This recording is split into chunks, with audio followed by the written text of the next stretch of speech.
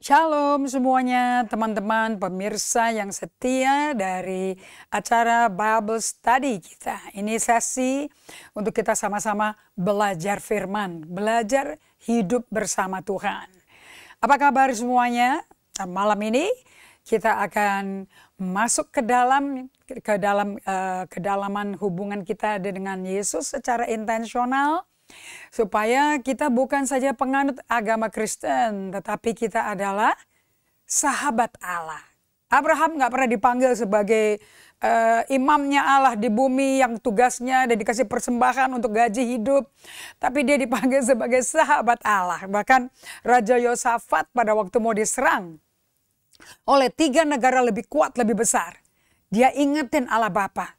Masa kita sekarang udah tinggal di tanah ini, di negeri ini, diusir dan diancam oleh 3 negara lebih besar, lebih kuat. Ingat dong janjimu sama Abraham, sahabatmu. Yesus pun mengundang Anda dan saya. Kehormatan benar nih bagi kita nih manusia debu yang penuh dosa. Kau bukan lagi hamba, kau adalah sahabat. Come on, kita keturunannya Abraham dalam Kristus. Kalau nenek moyang kita sahabat Allah, tentunya dia mau bikin covenant sama Abraham supaya anak cucu yang seperti pasir di pantai, bintang di langit keluar dari rahim Abraham. Itu seperti Abraham, sahabat Allah. So, duduk dengan tenang, kita akan belajar untuk menjadi Kristen yang hidup lebih dalam. Dalam doa Anda, lebih dalam, secara intensional, berhubungan dengan Tuhan. Kalau nggak bisa hubungan sama Tuhan, nggak bisa hubungan sama orang loh. Karena mengasihi orang-orang berdosa itu nggak gampang. Tapi dengan kasih agape yang tak berkesudahan, tidak ada yang mustahil. Yuk kita ikut Tuhan, cara Tuhan. Sebelumnya saya mau sapa teman-teman yang udah setia sejak Kamis lalu sampai Sabtu. Saya mau sapa satu persatu semampunya waktu kita izinkan ya. So shalom untuk Ana dari Wonosobo. Dan Ibu Christian dari Soe NTT.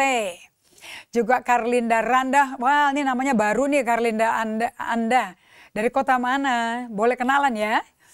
Dan teman kami, jemaat kami yang terkasih Marlene. Dan juga Wiono Gunawan. Shalom Pak Wiono. Shalom kenal. Pak Wiono dari kota mana? Kasih tahu ya. Juga Rora. Shalom dari Merauke. Karena lama nggak ada, karena nggak ada jaringan. Memang ya, online itu kita juga diuji ya kesabarannya ya. Kadang-kadang internetnya lemot katanya bahasanya. Terus kita buffering, pakai bahasa Inggris dari lemot ke buffering, keren ya. Well, satu hal yang saya beruntung juga sih dengan adanya di sosmed, Anda semua bisa mengunjungi lagi apa yang Anda nggak bisa ikuti beberapa bulan ini karena ada rekamannya di YouTube maupun di Facebook. Oke, so tetap bisa catch up. Oke, dan kalau nggak ngerti, kalau kepingin tahu prakteknya, bikin catatan di Messenger, Facebook atau di komennya itu. Tolong dong, bantuin dong. Jelas maunya Tuhan apa, tapi prakteknya gimana?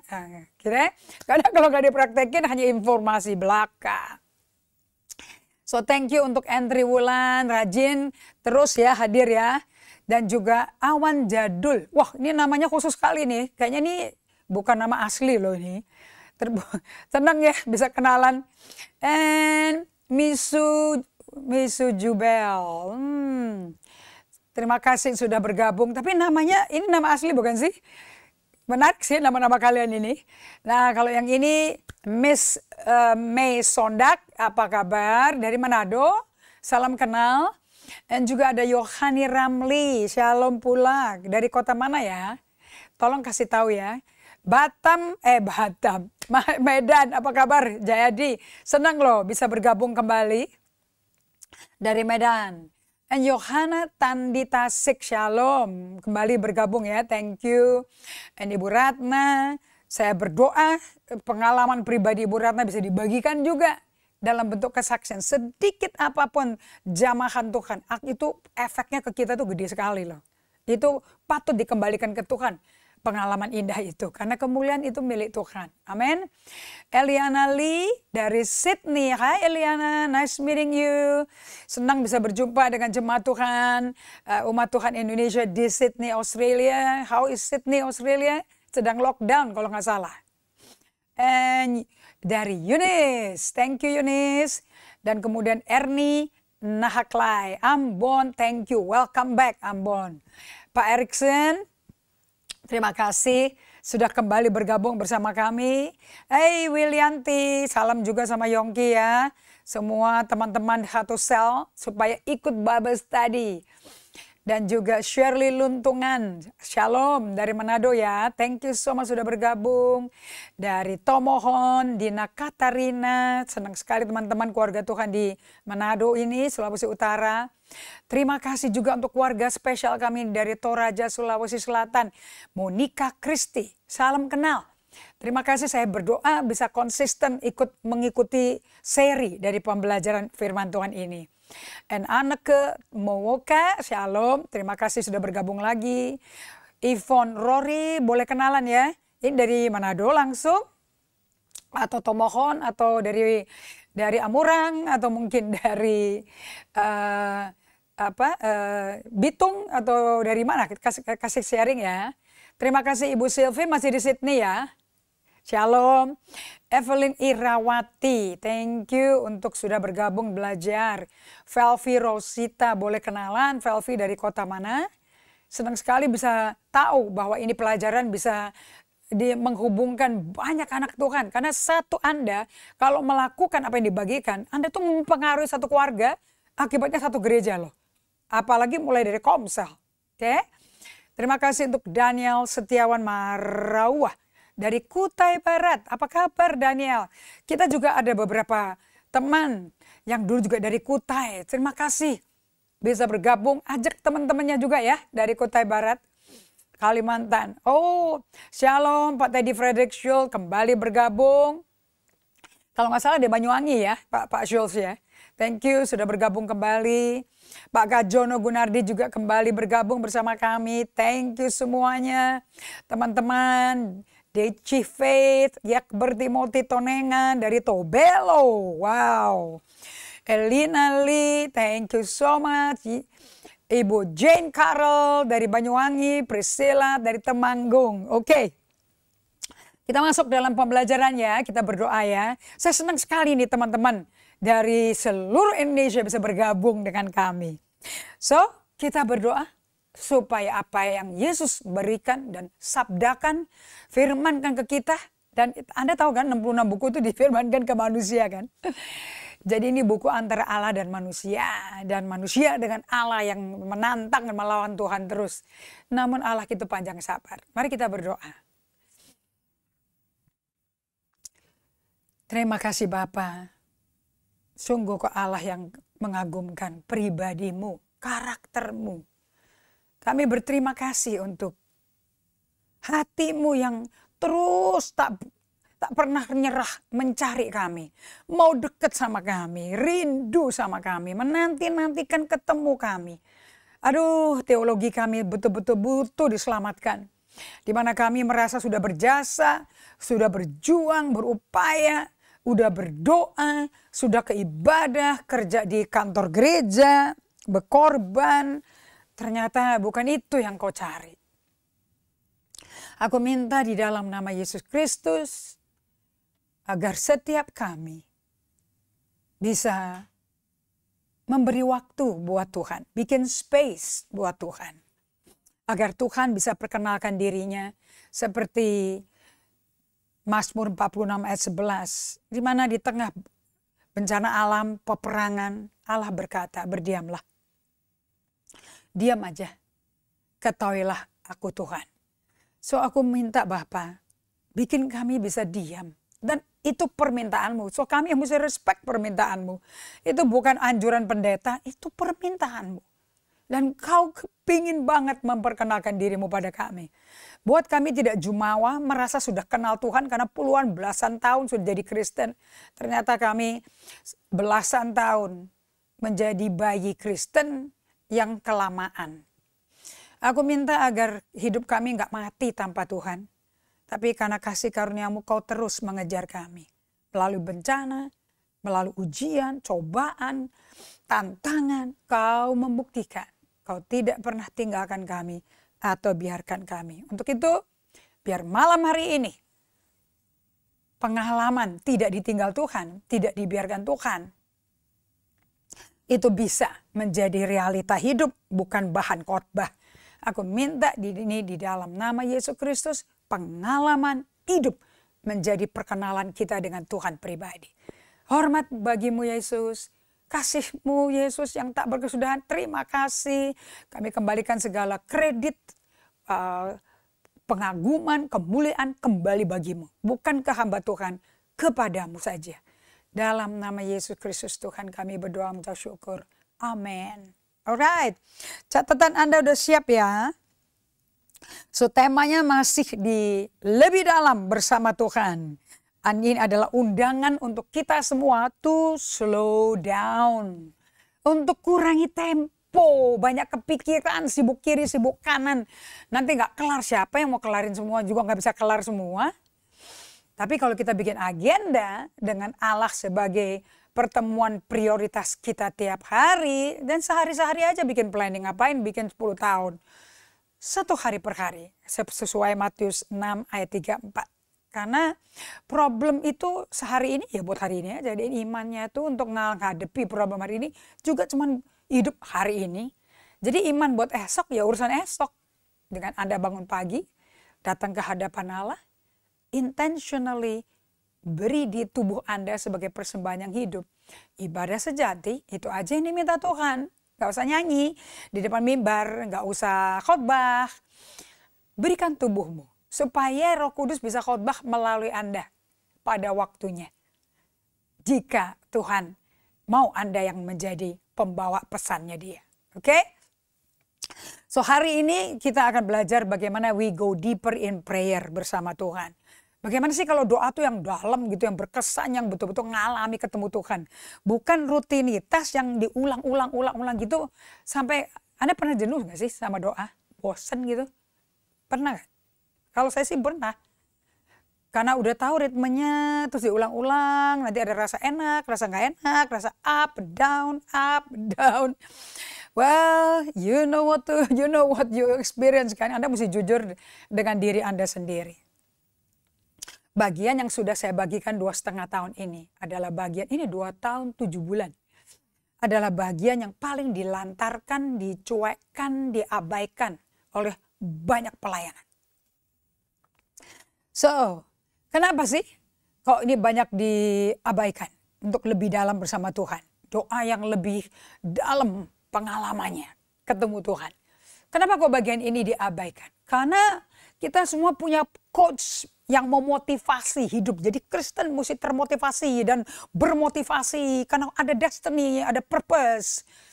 Oleh sebab itu Anda akan ditekankan oleh coach Anda untuk menjadi Kristen produktif. Kalau betul-betul itu yang Tuhan mau, saya mau tanya pada Anda semua. Bagaimana dengan kehidupan Yesus Kristus? Nah 30 tahun disembunyikan kok. Sejak lahir yang nggak diketahui orang, yang bikin Herodes pengsan sampai mau bunuh semua anak laki 2 tahun mau dibunuhin se-Israel. Saking kalap karena ada orang-orang Majus, bukan 3 orang Majus ya. Orang-orang Majus Anturats dari Pakistan atau dari Ethiopia sampai spesial ke Yerusalem, sampai ke Bethlehem, ngikutin bintang. So mereka ini ahli nujum nih, ngikutin bintang itu yang membawa mereka sampai ke Israel. Tanya di mana sih ada bayi raja ya orang Yahudi itu. Semuanya kaget. Ya Herodes ngumpulin semua ahli Taurat. Kemudian berkata, perintahkan mereka, cari di buku mereka. Di mana ada raja orang Yahudi datang. Raja aja depresi. Berarti kelahiran bayi Yesus, kalau nggak disampaikan oleh orang-orang Majus yang datang berbondong-bondong membawa 3 macam hadiah. Hadiahnya cuma 3 macam, tapi yang bawa banyak. Makanya pelayanan Yesus 30 tahun di bumi cukup, dicukupi Bapaknya, nggak kekurangan apapun. Nah yang ini yang nggak pernah dibahas nih.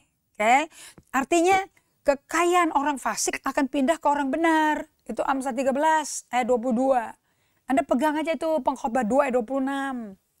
Hagai 2, Anda baca semuanya. Masa sih kamu mentingin dirimu sendiri? Bangun bait Allah. Lihat kondisinya bait Allah, terlantar kayak gitu.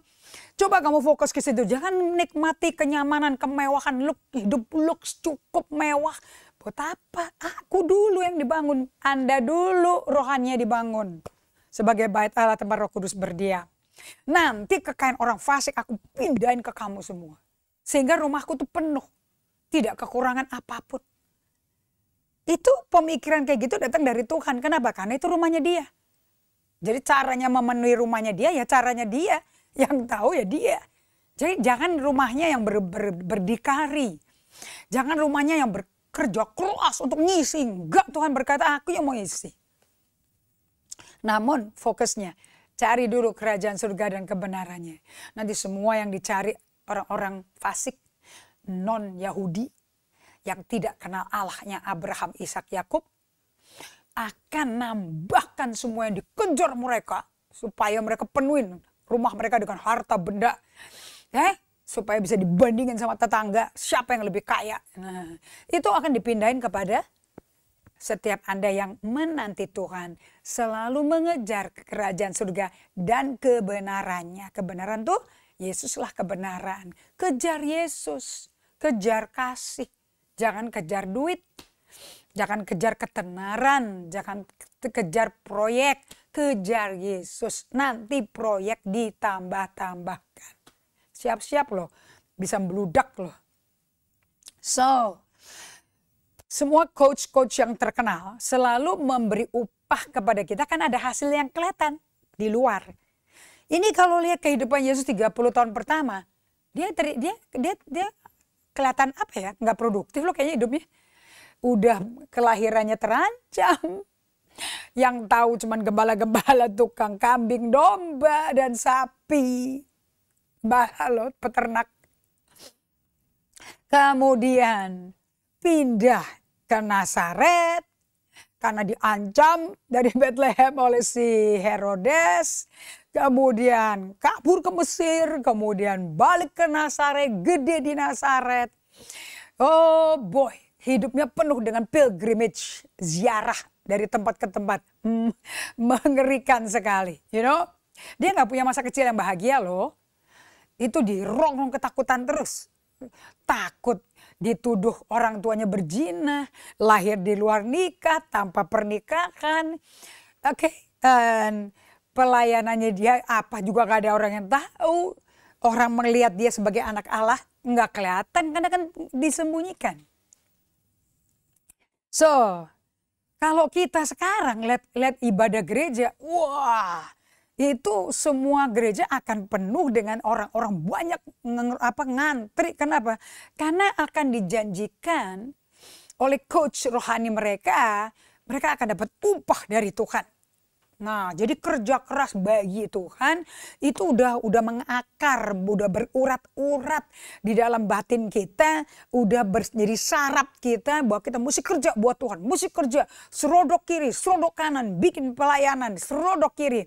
Dan produktivitas itu bukti Tuhan itu menyertai kita. Gara-gara ngeliat produktivitasnya, kita gampang sekali mengabaikan bagian yang gak terkenal oleh coach-coach rohani yang terkenal.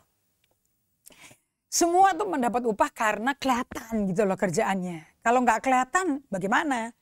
So Yesus 30 tahun pertama kelihatan nggak ya? John Bevere dulu kalau ngomong kayak gini. Dia nggak pernah belah Laut Merah, Sungai Yordan juga nggak pernah dibelah, malah dia nyemplung ke dalamnya. Ada problem di keluarganya, ancaman ke keluarganya, hamil di luar nikah. Diem aja tuh, nggak ada sensasional. Ya waktu itu juga nggak ada sosmed ya. Tapi dia nggak panik, nggak parno. Terus namanya cuma disebut dari lahir, kemudian 8 hari dia muncul, dibawa ke bait Allah, disunat ya. Dinubuatin oleh Nabi Hana yang udah lanjut usia, oleh Simon, oke. Kemudian dia meninggal setelah nubuat, mataku udah melihat keselamatan. Aduh, the baby ini banyak banget nubuatannya deh. Tapi nggak Yusuf, nggak Maria, orang tua angkatnya saya bilang, saya sebutkan foster parents kan. Itu nggak ada yang ngerti loh, apa yang dinubuatin. Kemudian waktu Maria hamil Yesus, dia kan pergi ke rumahnya Elizabeth. Itu kan lagi hamil baby Yohanes Pembaptis kan. Itu kan roh Yohanes Pembaptis kan, wah kepenuhan Roh Kudus katanya. Di kitab Matius. Dan dia melonjak-lonjak di dalam rahimnya. Kayak gitu kamu diabortus ya. Jadi aduh. Melonjak. Anda jangan abortus baby. Saya ini baby calon diabortus loh. Anda gak pernah pikir kan satu hari saya bisa sampai 65 tahun bisa masih depan kamera kayak begini kan. Membagikan firman. Bertemu dengan jiwa-jiwa kemarin dari Bali. Bertemu dengan jiwa-jiwa yang mengalami tekanan depresi, tekanan jiwa. Masa depan yang mengerikan karena penyakit yang tidak kita duga-duga telah menyerang tubuh. Bagaimana anak-anak masih kecil. Pola pikir kita tuh stres, depresi. Penuh dengan kecemasan, kekhawatiran. Itu sakit emosi loh itu. Itu yang dibagikan oleh selama 2 tahun ini saya bagikan dari pelajaran saya mengalami kesembuhan emosi melalui pengalaman Roh Kudus dengan Peter Scazzero dari buku Emotionally Healthy Spirituality yang Anda semuanya sudah lihat beberapa buku ya. Ini ada Woman dengan book-booknya. Ini semua gandengan ini semua. Buku ini nggak bisa dipisah-pisah. Oke. Lihat ini. Yang pertama itu Emotionally Healthy Church. Kemudian yang ini kalau mau jadi gembala, ketua komsel mesti baca ini. Emotionally Healthy Leadership. Oke. Harus ini dibaca semua karena kita nggak bisa membuat orang dipengaruhi dengan faktor negatif yang toksik dari diri kita. Karena bagaimana kita akan mempengaruhi orang lain. Sama kan? Amsal 13 ayat 20, dengan siapa kau bergaul, ya Anda menjadi seperti itu. Bergaul sama orang bebal, Anda jadi bebal. Bergaul sama orang bijak, Anda jadi bijak. So, 1 Korintus 15 ayat 30 atau 16 ayat 30. Hati-hati loh. Kebiasaan baik kita akan hilang kalau kita salah bergaul. Malah yang jahat yang masuk. Jadi dengan siapa Anda pakai 24 jam itu bergaul sama siapa ya akan menentukan. Makanya bergaul dengan Tuhan itu penting. Tapi ini paling diabaikan. Malah berbuat untuk Tuhan. Dan melakukan pekerjaannya Yesus itu yang digembar-gemborin dalam pelayanan. Harus lakukan. Saya senang dengan kesaksian Yonatan dan kawan-kawannya. Nanti tolong dibagikan ya. Nanti sekalian juga bisa bersaksi di gereja kami. Untuk membagikan bagaimana slowing down, pola hidup mengurangi tempo, kontemplatif. Melalui yang namanya 5S ya. Slow down, stop, solitude, silence and stillness, scripture reading, ini Lectio Divina. Kemudian sabat, ini penting banget. Kalau enggak Anda sakit jiwa, emosinya tuh, kita tuh kalau ditekan, kepepet semua sama banyak kerjaan, banyak tawaran. Mending banyak kerjaan, ditawarin juga banyak. Anda bisa bikin pilihan yang salah yang akhirnya Anda jadi tertekan sendiri, karena udah over committed. Jadi Anda over function, over committed. Anda depresi sendiri. Tapi ya kalau Anda bisa hidup kayak Daud ya, yang selalu soul care dirinya, dia yang jaga jiwanya dia. Makanya dia berkata, hai jiwaku kenapa kau gundah gulana. Mazmur 42 ayat 5. Hanya Daud yang bisa ngomong ke jiwanya sendiri. Dia peduliin loh dirinya loh. Nah kalau Anda udah kayak gitu, Mazmur 103 kan, pujilah Tuhan hai jiwaku, jangan lupa kebaikan Tuhan. Ayo segenap batinku, ayo puji Tuhan. Dia tuh menyemangati jiwanya yang lagi down. Jangan lupa loh kebaikan dia. Bagaimana kamu bisa nggak inget Tuhan, orang dia yang mengampuni kesalahanmu. Dia yang mengeluarkan kau dari lubang lumpur. Dia yang memahkotai kamu dengan kasih setia dan rahmat. Dia yang sembuhkan kamu dari segala sakit penyakit. Masa kamu malas membuka firman, bergaul sama Alkitab, mengenal Tuhan dari Alkitab. Masa malas? Padahal Alkitab ini 100% perkataan Allah dengan manusia. So, Daud sangat sayang sama dirinya. Dia jaga diri, pelihara, nyehatin dirinya. baru Anda bisa memberi diri Anda sebagai kado bagi orang yang ketemu Anda. Dan Anda akan bisa peduli sama kondisi emosi-emosi orang sekitar Anda. Kenapa? Ya Anda biasa peduli dengan emosimu, didengerin emosimu. Nah ini bagian yang tidak pernah diajarin secara intensional di gereja. So topik hari ini kita akan berbicara bukan mengenai apa yang orang mau, kita mesti hidupnya gimana jadi Kristen. Nah. Topik today ini adalah apa yang orang males ngomong dan males ajarin. Dan ini Anda belajar dari kehidupan Yesus yang 30 tahun disembunyikan. Seperti tadi saya sebutkan, John Bevere ngomong dia gak pernah khotbah, gak pernah belah laut merah, orang sakit gak ada yang sembuh, orang mati gak ada yang bangkit. Kok tiba-tiba dibaptis selam di Sungai Yordan pada usia 30 tahun, langit kebuka, Roh Kudus turun dalam bentuk merpati. Dan kemudian ada suara yang menggelegar keluar, suara Allah, pencipta langit dan bumi, semesta alam. Itu Allah semesta alam ngomong dengan suara keras, ini loh anakku yang kepadanya aku berkenan. Jadi siapa Yesus sebetulnya? Anak Allah. Yang kasih tahu siapa? Bukan Yesus, Allah. Itu terjadi di Sungai Yordan. Nanti Anda baca Yohanes 8 kan, dia kan mau dibunuh, mau dimatiin gara-gara dia mengaku dia anak Allah. Loh, Allah yang ngomong kok. Nah, mengenai Anda gak dengar waktu Allah ngomong, ya nggak mungkin ya. Karena seluruh dunia, satu planet bumi mendengar suara dia. Nah, Anda mungkin zaman itu belum lahir. Tapi kan Anda bisa dengar khotbah. Anda bisa baca Alkitab ini. Tahu dong. Oke? Nah, kalau Anda mau pelajari baik-baik, bagaimana kehidupan ini kok diabaikan, dicuekin, nggak diajarin, nggak dimodelin sama gembala atau rasul, nabi, penginjil, guru. Karena butuh 5 jabatan untuk menumbuhkan, memperlengkapi satu orang kudus. Butuh 5 urapan. Rasul, nabi, penginjil, gembala, guru. Untuk Anda bertumbuh loh. Bayangin itu. Berarti Anda begitu dihargai, begitu penting, begitu berharga loh. Sampai perlu dirawat, ditemani, disiapkan, diperlengkapi sama 5 macam urapan Allah.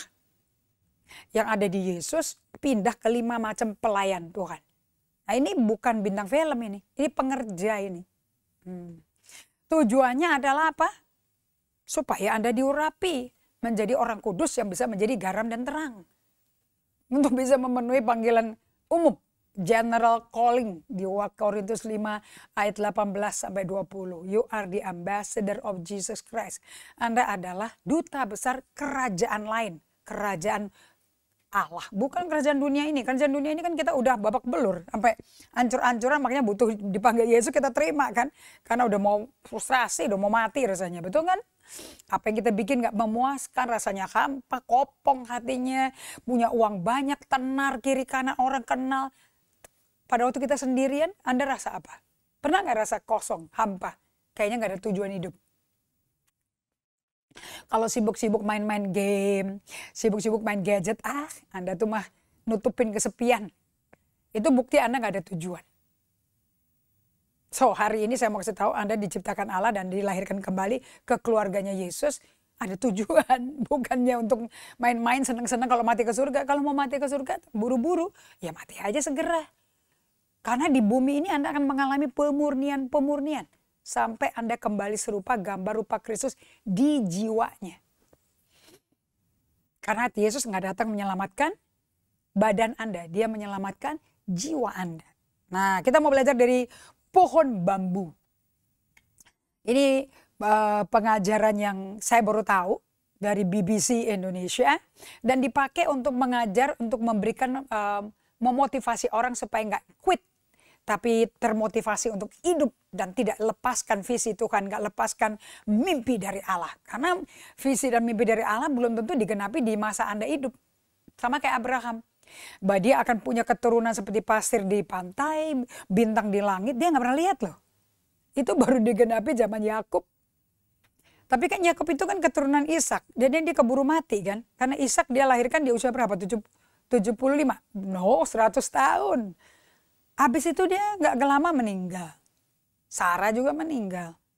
Jadi dia cuma lihat Ishak, Allah membuat aku ketawa, tapi Yakub dia nggak lihat. Esau dia nggak lihat.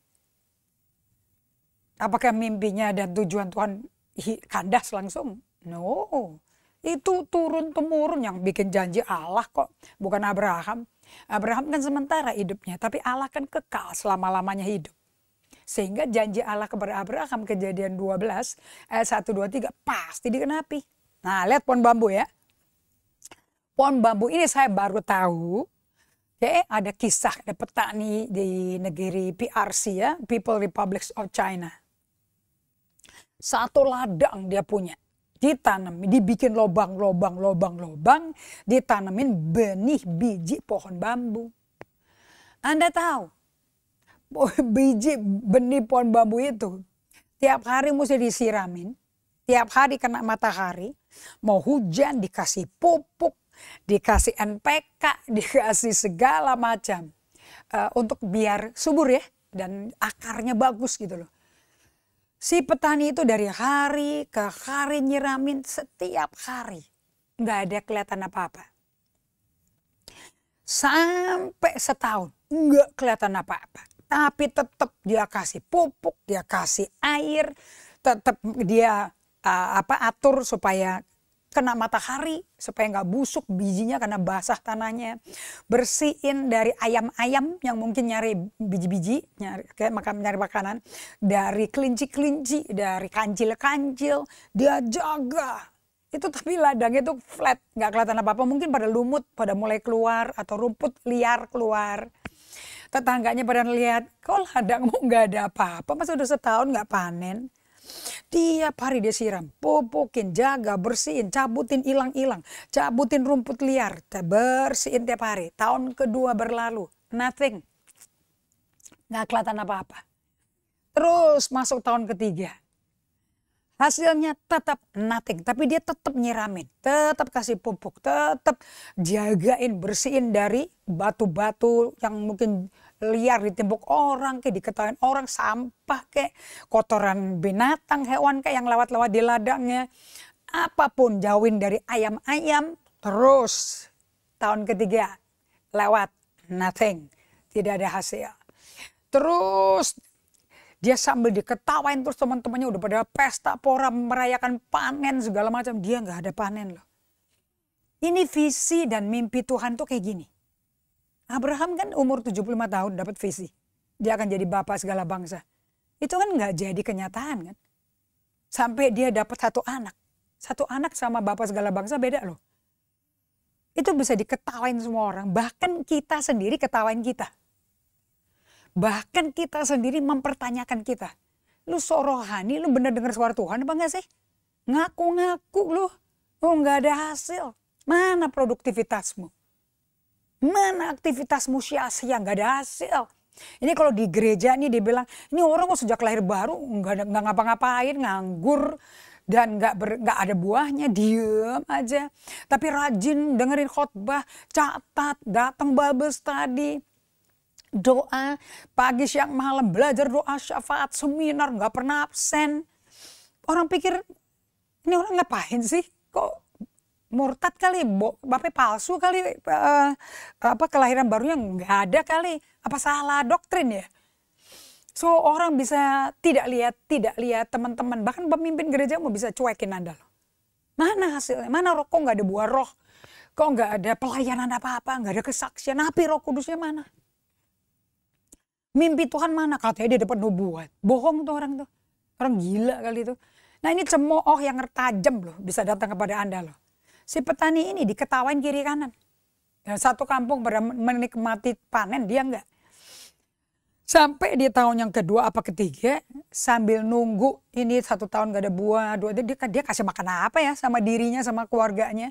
So dia nanam tanaman lain. Yang bisa cepat menghasilkan panen. Cepat menghasilkan buah, so dia bisa hidup sama keluarganya. Dia bisa makan, ya. Dia ada piara 1-2 ayam, bisa makan telurnya, bisa telur ayamnya itu menetas telurnya, bisa punya anak ayam, bisa sekali-kali makan ayam, daging ayam, atau dia sembelih, dia punya domba atau sapinya, dia ambil susunya, so dia punya side business. Sehingga dia sibuk, tapi ya nggak sesibuk yang tetangganya, yang betul-betul on purpose ngambil panen. Yang ini kan cuma buat ngidupin diri. Terus mereka ngeliatin ladangnya rata terus ya. Nggak ada satu tunas, nggak ada tanaman muda keluar. Coklat atau rumput liar dan batu-batu kecil kali. Orang ketawain dia, cemoin dia. Sama ya kayak Nuh waktu bikin bahtera. Katanya nggak ada hujan, nggak ada embun. Bikin kapal segini gede, lu gila. Salah denger ini ngapain kamu?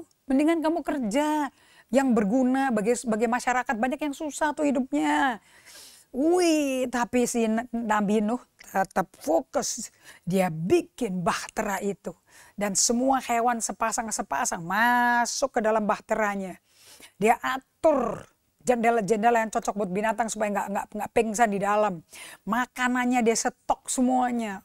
Anak-anaknya dan mantunya masuk, dia sama istrinya masuk.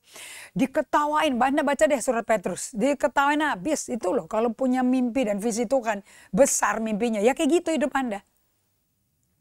Nggak ada yang instant replay sama sekali. Tapi kalau didiemin, dan Anda tetap membara, semakin membara itu ada api Roh Kudus itu berkata, don't quit. Nah, makanya petani ini terus nyiramin, terus miara, dicemooh, disiramin air, kayak diketawain, digoblok-goblokin. Tapi ada juga yang kasihan sih, mereka ngirimin hasil, bagi-bagi hasil panen, sehingga dia sama istri anaknya bisa hidup. Dan tahun kelima masuk, selesai tahun kelima, tahun keenam, si petani teriak lompat-lompat sampai tetangganya bangun semua. Ada apa nih teriak-teriak? Istrinya bangun, anak-anaknya bangun. Ternyata itu tanah yang rata sekarang keluar.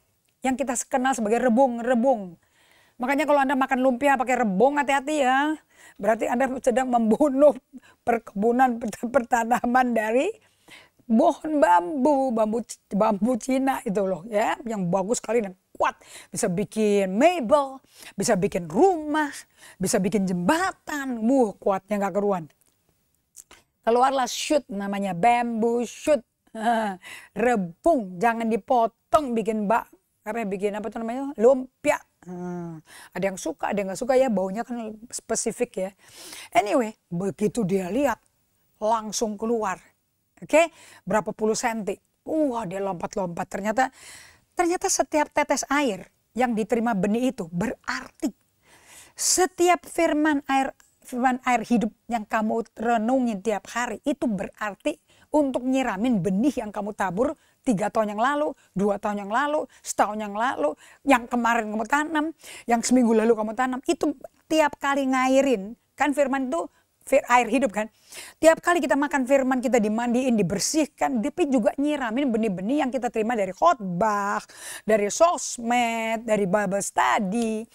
Terima air disiramin. Itu mempengaruhi ternyata si bambu itu kenapa kok lama. Terbukti 5 tahun. Sampai keluar bambu, rebung ya. Itu butuh 5 tahun. Bukan 5 minggu. 5 tahun. Makanya Anda yang cepat-cepat lahir baru, cepat-cepat berbahasa roh, cepat-cepat bersaksi. Lihat nanti kemudian shoot, plato, melesak, murtad, hilang. Nanti kena pencobaan, kena ujian, goncangan hidup, tantangan ekonomi, tantangan kesehatan, perkawinan, hubungan dalam keluarga kacau. Mulai lepas tugas-tugas di gereja, lepas menjauhkan diri, mulai terlibat teman-teman lama di dunia bisa jadi teman baik lagi. Bukan tujuannya untuk dimenangkan, diinjili, enggak, untuk main-main sama mereka malahan. Jadi hidup foya-foya sama mereka, keseret, narkoba, judi, alkohol, pornografi, udah nggak kerasa semua, udah kayak terhanyut dalam arus dunia. Ya, tapi mereka yang tersembunyi oleh Tuhan. Yang si rebung ini, kenapa kok baru 5 tahun keluar? Karena dia bikin sistem akar dulu. Itu air yang masuk bikin akar hidup. Sampai ke kedalaman yang paling dekat, kayak pohon korma. Ya, kayak pohon korma di padang pasir itu. Di Israel maupun di Afrika. Kayak di Timur Tengah, kan tanaman yang paling bagus itu keren itu kan sampai dibawa ke Indonesia kan ya, dan merusak tanaman lain kan, karena dia lahannya mestinya padang pasir, bukan perkebunan yang cuma 1 meter kali 2 meter, mati semua tanaman yang lain, karena akarnya menjalar dulu, nyari sumber-sumber air di mana. supaya dia bisa pegang, berdiri di atas air. Dan tanamannya langsung zup. Begitu 5 tahun lewat, setiap hari dia tumbuh 27,45 meter. Dias, sampai tingginya 300 meter. Melebihi high-rise building. Sampai bisa nutupin rumah-rumah. Jadi teduh. Tapi 5 tahun pertama nggak ada hasil apa-apa loh. Anda mesti kuat dengan Tuhannya supaya waktu dicemooh, diketawain, dihakimi. Padahal Anda ngundang mereka juga enggak gitu. Kenapa jadi kita nggak ada hasil? Kenapa jadi sewot ya orang lain ya? Padahal kita nyusahin mereka juga enggak loh. Kecuali kita minta-minta tolong. Lari kiri, lari kanan jadi diomongin semua orang karena Anda minta tolong. Tapi kalau Anda ikutin cara hidup yang benar seperti Yesus di anonymous year. Saya udah pernah loh khotbahin ini di 2020. Tahun-tahun tersembunyi. Bukan tahun yang gak penting. Bukan tahun sia-sia. Tapi tahun yang paling most important years. Karena akar fondasi kita, batu cadas kita lagi dibikin. Ngecor itu lama loh kalau bikin bangunan. Bangunan tempat kami berada lamanya gak keruan. Ngeringin sumber air dari tanah. Kan karena kita mesti pakai pump kan. Kemudian setelah kering baru dicor. Waduh lamanya gak keruan. Kalian 6 bulanan lebih loh bikin fondasi ini gedung. Supaya kalau ada gempa bumi gak langsung kretek gitu loh. Punya retak-retak rambut sih gak apa-apa. Tapi kalau retak langsung pecah gedungnya. Itu berarti fondasinya gak becus. Mainan itu. Dan paling mahal biaya bikin fondasi. So, bikin the root system akan mempengaruhi your belief system. Kalau your belief system is robbed, kacau, rusak, RWRAP, robbed, Anda hancur deh kekristenannya. Murtad. Gak tahan banting, gak tahan badai, krisis. Itu bukan makanan Anda. Anda maunya pesta-pesta. Ini kalau pestanya habis bosen, ya murtad balik lagi ke dunia. Tapi orang yang bikin akar yang dalam butuh waktu lama. Butuh waktu lama. Katakan pada diri Anda, lama Tuhan bikin akar. Supaya kita berakar di atas batu karang ini dan alam maut tidak akan menelannya. Itu lama. Jadi orang-orang yang mencemooh Anda, basically, kalau sekarang saya lagi kembali bikin batu cadas seperti Allah punya mau. Yang mengakar ke dalam. Nah, ini aku Tuhan, aku bertobat.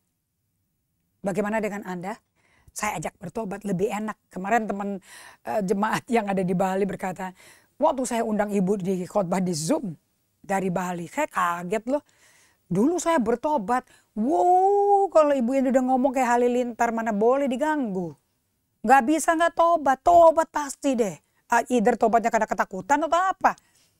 Tapi aku bertobat, aku bersyukur. Kalau enggak aku enggak lepas narkoba. Bisa lepas total dan hilang keinginan narkoba. Itu udah bukti, itu Roh Kudus bukan Ibu Indri. Sampai sekarang 22 tahun kemudian saya ketemu Ibu Indri lagi. Terus saya ketemu di Zoom. Kok beda orangnya? Kok jadi lembut? Kok jadi lebih tenang, kalem? Ada apa? Karena lagi bikin fondasinya Tuhan. Siapa yang bikin? Roh Kudus. Oleh kuasa Roh Kudus dengan Yesus Kristus yang bekerja atas perintah Allah dari surga. Nah karena kita slow down untuk fondasi kita diperbaiki, yang udah retak babak belur, udah rusak, dibikin baru butuh waktu lama. Anda mesti slow down. Anda mesti berhenti dan berdiam. Diem itu kan ada berhenti kan. Kenapa? Untuk Tuhan ngecor di dalam hati Anda. So, saya mau Anda mengizinkan Tuhan masuk ke underground, so deep and silent that you can see no fruit, begitu dalam, begitu tenang, begitu diem, sampai nggak ada buah, nggak ada bunga, nggak ada daun hijau selembar pun kelihatan. Udah deh, nggak ada yang produktif sama sekali deh. Anda bahan cemoohan orang yang semuanya di gereja, ayo pergi menginjil, ayo pergi. Itu budaya kita dulu kayak gitu semua dan nggak capek-capek. Nah ditambah lagi pakai ayat satu sendiri, tapi ayatnya dipakai berdiri sendiri, nggak digabungkan dengan yang lain. Ayo jangan lesu, Mari kita melayani di ladangnya Tuhan. Jangan biar dengan roh yang menyalanya. Padahal rohnya udah gak nyala. Kalau rohnya nyala nggak apa-apa. Tapi kalau rohnya nggak nyala ngapain jalan-jalan. Nah, saya minta kalau sedang mengalami kurangi tempo kontemplatif, jangan quit dengan dirimu karena orang-orang pada cemooh. Kehidupan Yesus bikin Anda dicemooh loh. Saya mau kasih tahu aja. Menjadi Kristen yang emosinya sehat, rohaninya dewasa, ini pemuritan yang tulen. Seperti Yesaya 54 ayat 13 bisa baca ayatnya. Bahwa anak-anakmu akan dimuridkan oleh Allah. Nah ini dimuridkan oleh Allah ini lagi bikin akar nih. Gak kelihatan apa-apa. Gak bunyi apa-apa. Bahkan Anda pun yang sedang dibikin akarnya mungkin gak kerasa apa-apa loh. Dan yang paling ngeri gak ada hasil apa-apa yang kelihatan. Get ready. Oke, karena Anda akan masuk ke dalam suatu kehidupan yang baru, a new life, oke, a new life dengan produk, dengan gaya yang baru, yang berbeda total, yang Anda nggak pernah tahu sebelumnya kayak apa. Karena di dalam proses 5 tahun kayak pohon bambu Cina atau 30 tahun hidupnya Yesus, yang dipentingkan adalah patience and perseverance, kesabaran dan ketekunan. Anda kalau baca di Yakobus 1, lihat nih kata pertama yang keluar. Berbahagialah engkau, anggaplah sebagai suatu kebahagiaan apabila kamu jatuh ke dalam berbagai-bagai pencobaan. Jadi banyak pencobanya.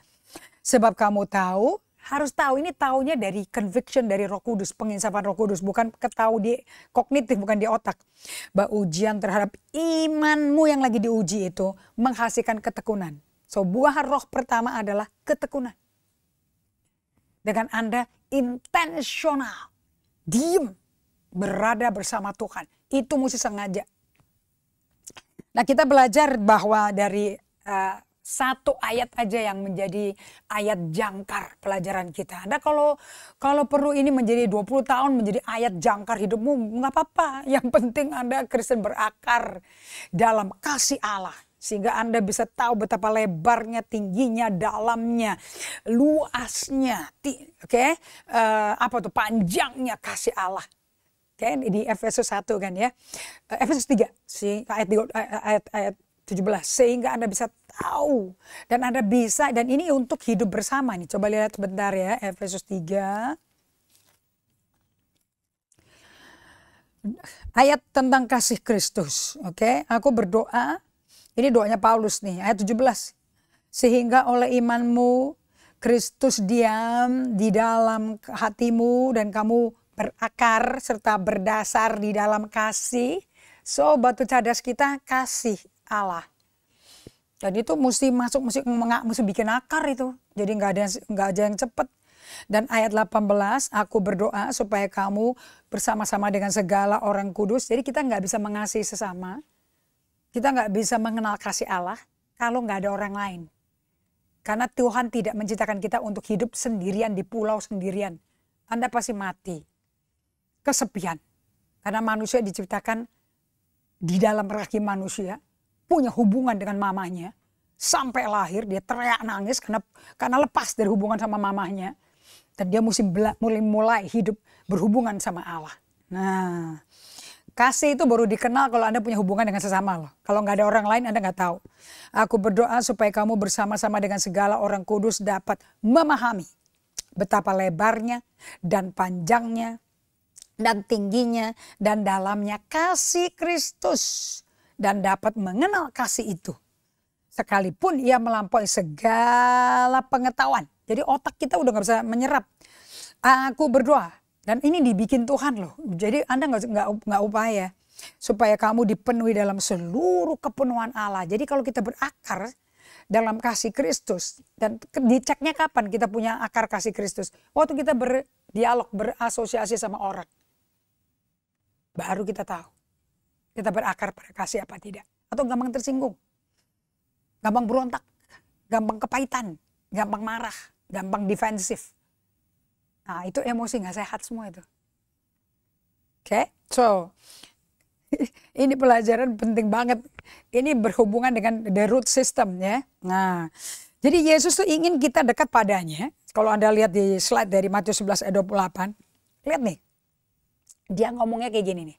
Saya suka loh dari Century English Version Bible ya. Marilah kepadaku semua yang letih lesu dan berbeban berat, aku akan memberi kelegaan kepadamu. Nah dengerin baik-baik ya, kata per kata yang pakai kalau ada titik koma diperhatikan benar-benar. Porsi yang dikomain yang mana? Porsi yang dikomakan pertama kali, marilah kepadaku. Berarti Anda mesti intensional datang ke Tuhan. Harus intensional datang ke Tuhan. Jangan sibuk-sibuk pelayanan, kerja buat Tuhan, kerjain kerjaan Tuhan. Sampai waktu datang ke Tuhan udah gak ada. Nah setelah itu baru dia ngomong, semua yang letih lesu beban berat. Berarti Anda mesti sadar diri. Anda udah letih lesu beban berat belum? Udah burn out, capek, kacau pikirannya. Stres, depresi, bingung mau mulai dari mana. Mau istirahat juga gak bisa. Udah mulai dirasakan gak itu? Yang tahu Anda, jangan orang lain. Jangan, kalau Anda belum tahu biasanya marah-marah keluarnya. Ya, Anda jadi botol emosi yang bocor. Tapi kalau Anda sadar diri, gue lagi marah nih, gue lagi stres, lagi bingung, lagi khawatir, lagi cemas nih. Oke. Jadi Anda mesti sadar diri, datang ke Tuhan dengan sengaja nih. Baru tahap ketiga, aku beri kelegaan kepada kamu. Baru tahap ketiga. Saya buka ya dari CEV di Matius 11 ayat yang ke-28. Bagus nih. If you are tired from carrying heavy burden. Nah kalau dari Message Bible, saya juga pakai. Itu tired carrying heavy burden karena sibuk melakukan kerja ritual agama. Come to me and I will give you rest. Kemudian yang ayat yang berikutnya, ayat yang 29 saya tambahin ya. Take the yoke I give you, put it on your shoulders and learn from me. Nah, setelah Anda kalau sadar diri udah capek, burn out, stres, chaos, pikirannya cemas, khawatir, dengan banyak tanggung jawab yang Anda mesti pikul, Anda datang kepada Tuhan. Harus deket, ini harus datang ke Tuhan pribadi, ini intensional. Baru nanti ada kelegaan. Ayat 29, terus aku mau kasih kamu cook, supaya kamu gak lari kiri, lari kanan. Supaya kamu bisa dimentor aku, ikutin derap langkahku. Oke, dan baru bisa belajar dari aku. Alias nggak bisa belajar apa-apa dari Tuhan. Nggak bisa belajar mengenal kasih Allah, betapa lebar, tinggi, dalamnya, luasnya kasih Allah. Dan bagaimana praktek dengan sesama. Kalau Anda nggak pernah datang dengan sengaja ke Tuhan. Your coming to God mesti intentional. Baru bisa learn. Nggak bisa belajar jarak jauh tuh nggak bisa. Ya, kalau budaya dunia, kalau cari Tuhan itu maunya dunia, orang dunia juga sembahyang loh. Oke, itu bertolak belakang sama cara kerajaan sorga. Oke, kalau dunia itu kalau sukses mesti sibuk, produktivitas tinggi kan, mesbahmu penuh korban-korban. Jadi orang mesti bisa lihat. Padahal kalau kita belajar dari Matius 6, kalau doa tuh jangan banyak-banyak ngomong di tempat tersembunyi karena Allah adanya di tempat tersembunyi, kamu juga. Pakai The Message Bible nih ya.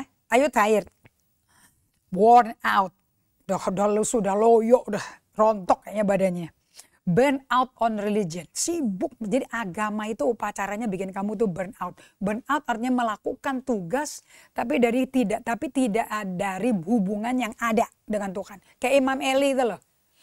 Sama anak-anaknya tuh, Pinehas dan ya Pinehas sama siapa lagi tuh anaknya tuh. Come to me. Harus intensional datang ke Tuhan. Get away with me. Yo menyendiri sama Tuhan. And you will recover your life. Anda tuh kalau udah kecapean, sakit emosi, itu hidupmu udah gak ada, jiwamu udah hilang. I'll show you a real rest. Walk with me, watch I do. Jadi kalau watch I do, it mesti close up. Itu mesti see you, close up. Learn the unforced rhythm of grace. Mesti belajar ritme berjalan hidup dengan kasih karunia Tuhan tuh kayak apa tuh? Belajar langsungnya dari Tuhan. Jadi nggak ada pemuritan jarak jauh. Anda mesti dimuritin pribadi dengan Anda datang ke Tuhan intensional. Kemudian cook yang enak. Baru bisa diajarin Tuhan. Jadi pemuritan melalui orang ini nggak cocok loh. Anda mesti punya waktu bersama Tuhan. Buahnya apa? Patience and perseverance. Nah, kalau Anda lagi bingung, lagi mempertanyakan, Kenapa kok kita bisa burn out ya? Kenapa kok kita bisa sampai loyo, kecapean, nggak bisa sejahtera, gelisah, gundah gulana, kacau, distraksinya banyak banget. Itu kenapa ya? Karena Anda nggak pernah terima undangan Yesus. Jadi Anda tuh nggak bisa dimuridin oleh Yesus langsung. Yesaya 54:13. Sampai Anda secara intensional datang ke Tuhan. Caranya gimana? Terima undangan Tuhan. Remember, it is an invitation. Undangan. Karena dia berkata apa? Mari datang kepadaku. Itu undangan. Anda jangan bilang, gue udah korban loh. Aku udah doa loh. Aku udah puasa loh. Aku udah menyendiri semedi di bukit doa loh. Kayaknya doa itu adalah upaya Anda. Kayaknya Anda yang jadi berkorban. Enggak, yang korban cuma Yesus. Anda cuma terima hasil korbannya dia. Untuk bisa menerima ya datang ke dia. Itu aja undangannya. Datang ke dia untuk terima apa yang dia korbankan bagi Anda. Terus belajar dari dia. Kalau mau berkorban yang benar yang menghasilkan buah kayak begini. Tapi Anda mesti di-cook. Dalam cook yang enak sama dia.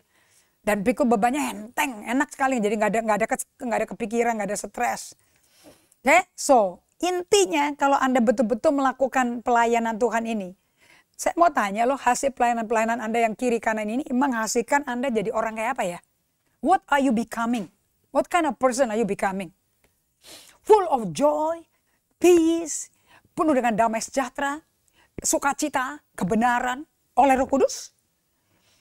Atau penuh dengan frustrasi, capek, lesu, khawatir, cemas? What is it? Do you have passion for Jesus? Punya gairah nggak buat Yesus? Oke, ini saya ulangi lagi ya. Di CEV ya, Contemporary English Bible. If you are tired from carrying heavy burden, come to me tuh undangannya tuh. And I will give you rest. Wah, dikasih reward, rest. Take the yoke I give you. Ayo kepake ini. Kuk yang kuberikan. Supaya kamu kekuk sama aku. Supaya kamu jangan lari-lari kiri kanan sendiri-sendiri. Put it on your shoulder. Kan tempat pikul beban kan di bahu ya. Learn from me. Discipleship begin dengan Anda terima undangan Yesus. I am gentle and humble. Nggak maksa kamu. Karena dia lemah lembut.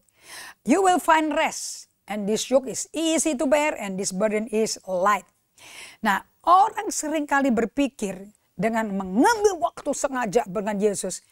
Aduh, ini akan mencuri produktivitas hidup Anda. Salah loh. Anda mau tahu nggak kenapa Anda merasa begitu? Karena Anda kalau doa tuh datang ke Tuhan kerjanya minta barang. Minta pertolongan, minta barang. Salah. Doa tuh bukan minta barang. Cara Anda datang ke Tuhan dengan intensional. To be with Jesus. To be. Nah, kalau Anda nggak mau intensional berada bersama Tuhan. Berada bersama Tuhan. Hanya diam aja. Nemenin dia. And dia akan temenin Anda.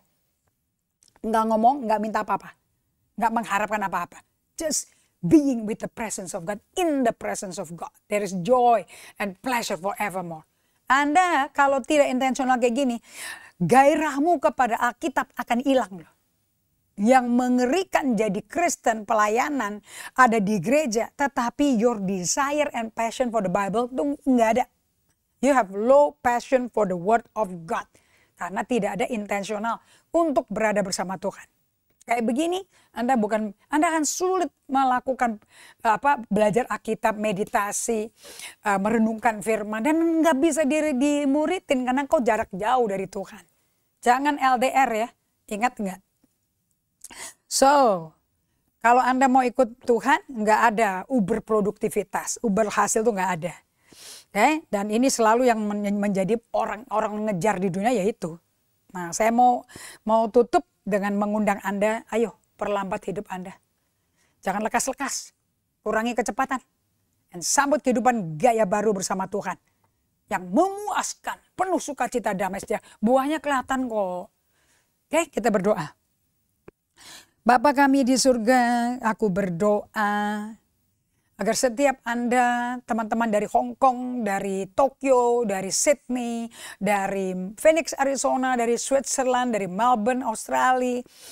Aku berdoa dari Bitung sampai Tomohon, dari Gorontalo, dari Tobelo, dari Jayapura, Merauke, dari Palembang, dari Toraja, Ambon, Jawa Timur, Jawa Tengah, Jawa Barat, DKI, Ibu Kota Khusus, semuanya tuh ngalami, mau beri diri terima undangan, kehormatan, Setan diundang Allah segala Allah, raja segala raja, Tuhan semesta alam, pencipta kita sendiri. Aku mau terima supaya bisa menerima upah istirahat dan supaya bisa dimuritin Tuhan jarak dekat.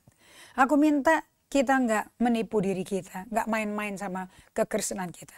Harus terima undangan Tuhan. Supaya kita diubah, ditransformasi oleh Tuhan. Dalam nama Yesus Kristus kami berdoa mengucap syukur. Amin. Sekali lagi, saya belum ganti sumber-sumber buku yang saya baca. Semuanya masih baca buku yang sama. Kita lagi pakai buku menjadi emosi, pemimpin yang emosinya sehat. Istri yang emosinya sehat. Oke, gunung es yang emosinya sehat, kita sendiri supaya hubungan sama vertikal Tuhan beres. Anda lagi bikin habit kecil-kecil setiap hari. Tapi bermakna kayak pohon bambu itu. Tuhan berkati, kita berjumpa di Sabtu jam 11 sampai jam 12. God bless you.